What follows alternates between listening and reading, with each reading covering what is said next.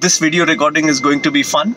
I am sitting in a car and it's night, it's dark, and I just thought of talking about joins. Now when you write your T-SQL code, I'm sure you have used a lot of joins at different times. You might have used inner join, equi-join, non-equi-join, left outer join, right outer join, full outer join, semi-join, anti-semi-join, and there are just so many of them.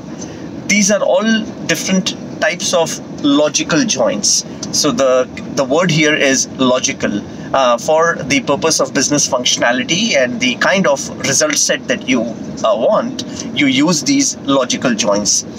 But when your query is submitted to SQL Server, SQL Optimizer, the engine has to join the inputs that you have specified in your query, the tables.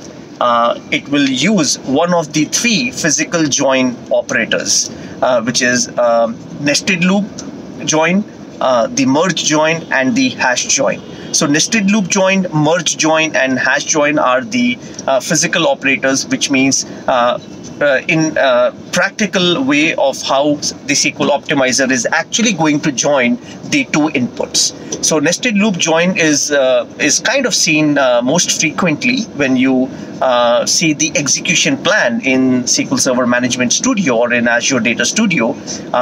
Most frequently you will see the nested loop join, and that's the simplest way of joining two input sets.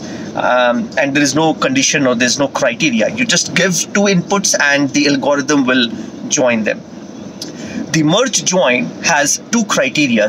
Both the inputs should be sorted, and there has to be an equality operator between the join operator should be an equality operator. So these are the two criteria to be met, and then the optimizer might consider the merge join operator.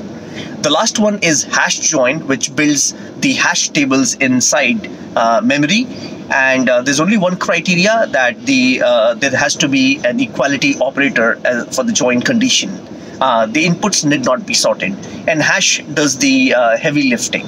So these are the three physical mechanisms on how two inputs can be joined in SQL Server: nested loop join, merge join, and hash join.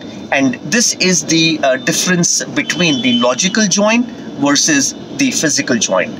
When you are evaluating execution plans, or rather when you're exploring execution plans and you take the cursor over the join operator, the nested physical or the nested hash or merge, you will be able to see in the tooltip which was the logical join operator and which one was the physical join operator that was used.